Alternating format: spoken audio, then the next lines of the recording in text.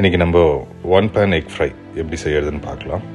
முதல்ல நம்ம ஒரு சின்ன ஃப்ரை பேன் எடுத்துகிட்டு அதில் லைட்டாக ஆயில் விட்டு அது கூட கொஞ்சோண்டு மஸ்டர்ட், ஜீரா, சாப்டு ஆனியன்ஸ், கொஞ்சோண்டு சில்லிஸ், சாப் டொமேட்டோஸ், அதுக்கப்புறம் கறி லீவ்ஸ், கூடவே கொஞ்சம் கொரியாண்டர் லீவ்ஸ் இது போட்டு அது கூட கொஞ்சம் சால்ட், தேவையான அளவு சால்ட் ஆட் பண்ணி சில்லி பவுடர் கூட கொஞ்சம் ஆட் பண்ணி கொஞ்சம் ஃப்ரை பண்ணி எடுத்துக்குவோம்.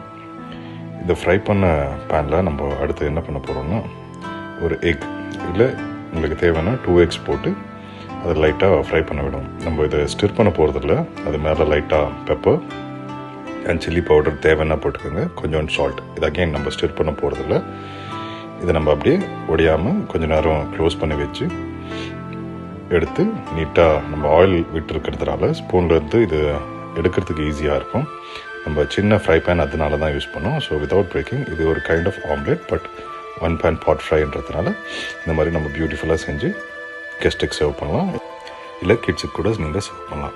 இதை நீங்கள் லஞ்ச் கூட ஒரு சைட் டிஷ்ஷாகவும் யூஸ் பண்ணிக்கலாம், இல்லை ஈவினிங் டைமில் ஒரு நல்ல ஸ்நாக்காகவும் ஹெல்தி ஸ்நாக்காகவும் யூஸ் பண்ணிக்கலாம். சேனல் பிடிச்சிருந்தா லைக் பண்ணுங்கள், ஷேர் பண்ணுங்கள், சப்ஸ்கிரைப் பண்ணுங்கள். தேங்க்ஸ் ஃபார் வாட்சிங்.